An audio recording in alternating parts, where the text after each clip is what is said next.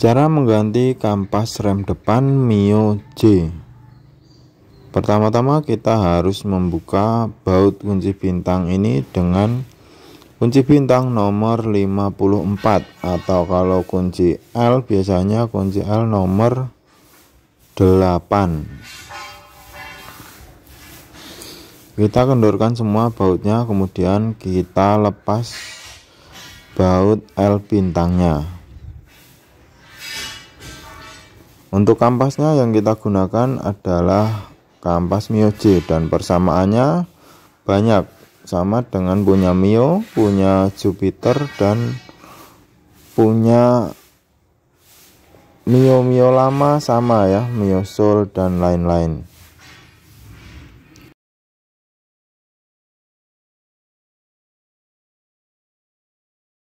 Setelah semua baut terlepas, selanjutnya kita harus mencongkel pelan-pelan ya.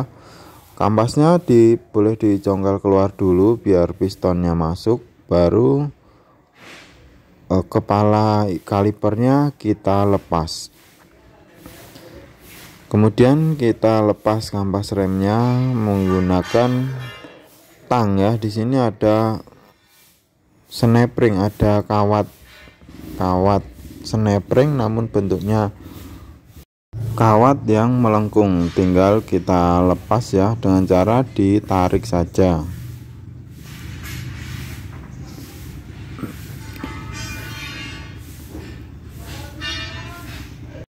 Setelah kawat pengunci tadi terlepas, kita bisa melepas kampas remnya. Tentunya tuas yang pengunci bagian bawah kita cabut dulu ya. Setelah kawat pengunci tadi kita lepas. Nah, ini bentuk kampasnya yang bekasnya yang sudah habis ya. Ini sudah setipis kertas. Oke, setelah kampas kita copot, bagian ini harus kita bersihkan. Bagian piston ini kita bisa gunakan amplas atau sikat besi. Kita sikat-sikat agar ketika nanti dipasang, kampasnya tidak macet atau tidak ngunci di piringan. Seperti biasa, pembersihan ini harus menyeluruh ya. Kita putar piston ini menggunakan tang agar sisi sebelah dalam juga bisa kita bersihkan atau kita sikat. Kalau diputar menggunakan tang susah seperti ini, kita bisa ngerem sedikit ya, direm biar nongol. Direm mungkin dikocok 3 atau 4 kali, nanti akan nongol pistonnya ini yang kita sikat ini, dan nanti akan mudah diputar menggunakan tang ini. Dengan catatan, yang dijepit menggunakan tang adalah sisi paling ujung, jangan sisi dalam-dalam. Nanti kalau sisi dalam akan melukai piston dan minyak rem akan bocor. Nah, itu yang penting kita perhatikan. Setelah disikat dan sampai bersih, kita kembalikan pistonnya. Karena piston tadi sudah direm dan agak nongol ya, sehingga kampasnya akan susah dipasang kalau tidak ditekan masuk dulu. Nah, boleh kita ganjel kampas rem bekas seperti ini, kita congkel-congkel. Nah, ketika nyongkel ini yang kita perhatikan adalah isi minyak rem di atas. Isi minyak rem di atas tidak boleh terlalu penuh. Kalau penuh nanti akan keras sekali ketika kita congkel ini. Karena biasanya ketika kampas rem habis menipis, di atas bagian penampungan atas itu akan berkurang minyak remnya.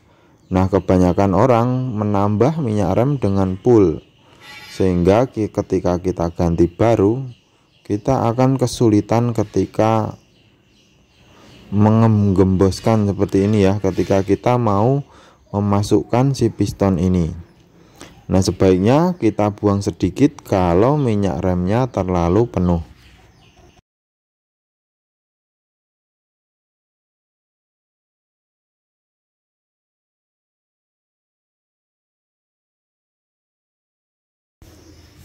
Selanjutnya setelah pembersihan piston, kita lakukan pembersihan bagian tuas atau pegangan ya, bracket pada kepala babi ini atau pada kaliper ini. Bracketnya kita bersihkan, kita copot dulu, kemudian dibersihkan dan kita lumuri menggunakan oli. Nah setelah itu baru kita pasang lagi. Nah, bracket yang saya pegang ini ya. Nah ini saya masukkan dan saya oglek-oglek biar lancar masuknya. Ini wajib dilakukan karena kalau tidak ini akan berat ketika habis ngerem, kan harus kembali ke semula pistonnya ya. Nah ketika kembali tersebut dia kurang mapan kembalinya, sehingga ketika rem dilepas akan ada bunyi srik. Nah, seperti itu jika tidak dikasih oli.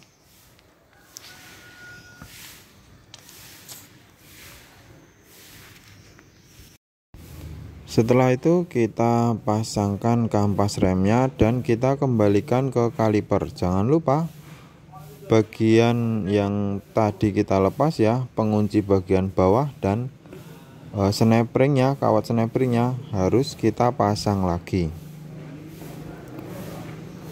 Yang terakhir kita pasang baut kunci bintangnya ya, baut L bintangnya kita kencangkan. Agak kencang ya, agak kencang namun tidak kencang banget biar pembukaan selanjutnya tidak kesulitan. Oke, seperti ini sudah beres teman-teman ya. Ini sudah dijamin rem depan akan pakem kembali. Jika remnya masih ngempos atau kurang pakem, kita bisa bleeding dengan cara membuka bagian baut yang ada di bagian belakang sini ya. Dengan kunci 8 kita buka, kemudian kita rem.